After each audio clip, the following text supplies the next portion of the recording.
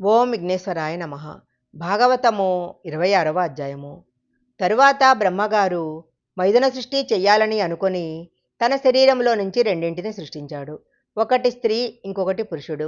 అలా సృష్టించి వీళ్ళ యందు వ్యామోహం ఏర్పాటు చేస్తాను. అప్పుడు ధర్మబద్ధమై ప్రజాసృష్టి జరుగుతుంది అన్నాడు. అలా మొట్టమొదట సృష్టించిన వాళ్లలో మొట్టమొదట పుట్టినవాడు స్వయంభువ మనువు. ఆయన భార్య పేరు శతరూప. వీళ్ళిద్దరూ పుట్టారు. అప్పుడు బ్రహ్మగారు అన్నారు, కొడుకు తండ్రిని సంతోష పెట్టాలి, నువ్వు సృష్టి చెయ్యి అన్నారు. అనగా స్వయంభవ మనువు 5 బిడ్డలను కన్నాడు. కానీ వచ్చి తండ్రికి తాను 5 బిడ్డలను కనినట్టు చెప్పాడు. వాళ్ళెవరు అని అడిగారు బ్రహ్మగారు. ఆయన తన బిడ్డల పేర్లు చెప్పాడు.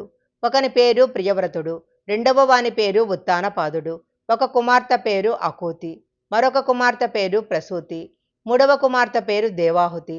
5 బిడ్డలను కన్నాను, ఇప్పుడేం చెయ్యను అని తండ్రిని అడిగాడు. అప్పుడు బ్రహ్మగారు శ్రీహరిని సంకీర్తన చేస్తూ యజ్ఞయాగాది క్రతువులు చేస్తూ సమస్త ప్రాణులను రక్షిస్తూ పరిపాలన చెయ్యాలి అని చెప్పాడు. అప్పుడు ఆయన, నాన్నగారు అలా పరిపాలించటానికి భూమి ఎక్కడ ఉంది అని అడిగాడు. మీరు సృష్టి తామర తంపరగా ఎలా పెంచాలా అలా ఆలోచిస్తున్న సమయంలో ఈ భూమి ప్రళయంలో వచ్చిన సముద్ర జలాలలో పడిపోయి రసాతలానికి వెళ్ళిపోయింది. పాతాళలోకంలో ఉన్న ఆ భూమిని పైకి తీసుకొస్తే ప్రాణులన్నీ భూమి మీదకి చేరుతాయి. అప్పుడు ఇంకా సృష్టి జరిగి ఇంకా ప్రాణులు వచ్చి అప్పుడు దీనిని పరిపాలించటానికి అనుకూలత ఏర్పడుతుంది. ఇప్పుడు ఆ భూగోళం పైకెత్తండి అన్నాడు. ఆ భూమిని ఎలా పైకెత్తడమా అని బ్రహ్మగారు ఆలోచించారు.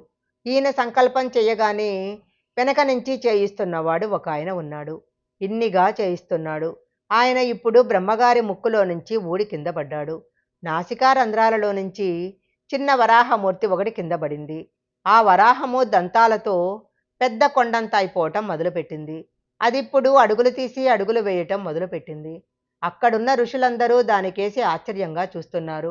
వాళ్ళకు అర్థమైంది, స్వామి సంకల్పాన్ని అనుసరించి భూగోళం పైకెత్తటానికి ఎవరు మొదటి నుంచి చివరి వరకు ఉంటున్నాడో అలాంటి ఈశ్వరుడు వచ్చాడు అనుకున్నారు.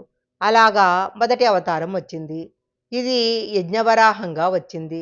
వచ్చి అడుగులు తీసి అడుగులు వేస్తూ సముద్రంలో దూకింది. అది భూమి కోసం మూపు పెట్టి వెతుకుతుంది. అలా వెతకటంలో దాని ముఖం నిండా నీళ్లంటుకుపోయాయి. అప్పుడది తన ముఖాన్ని పైకి తెచ్చి విదిలించింది. ఋషులందరూ ఋగ్వేద సామవేదాలతో స్తోత్రం చేస్తూ ఆ నీళ్లు మీద పడేటట్లు నిలబడ్డారు. ఈ కంటికి గోచరమవ్వని వాడు రక్షించటం కోసమని ఇప్పుడు ఒక విచిత్రమైన మూర్తిగా వచ్చి నీతితో తడిపిన దేహంలో ఉన్న నీటిని చిమ్ముతున్నాడు.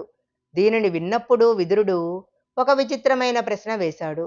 దానికి జవాబుగా, యజ్ఞవరాహం వచ్చినప్పుడు ఈయన ఎంత గొప్ప మూర్తియో అంత గొప్ప రాక్షసుడు ఒకడు నీళ్లలో నుంచి వచ్చాడు. వచ్చి యజ్ఞవరాహమూర్తి మీద కలయబడ్డాడు. అక్కడున్న వాళ్ళందరూ యజ్ఞవరాహమూర్తిని స్తోత్రం చేస్తున్నాడు. ఆయన ఆ రాక్షసుడిని చంపి అవతల పారేశాడు అని చెప్పాడు. ఆ వచ్చిన వాడెవడు, ఎందుకు వచ్చాడు, అందరూ నమస్కరిస్తుంటే వాడొక్కడే యుద్ధం చేయటమేమిటి, అందుకు సంబంధించిన కథ చెప్పాల్సింది అని పరీక్షిత్ అడిగాడు. అందుకు సమాధానంగా శుకుడు ఇలా చెప్పటం మొదలుపెట్టాడు.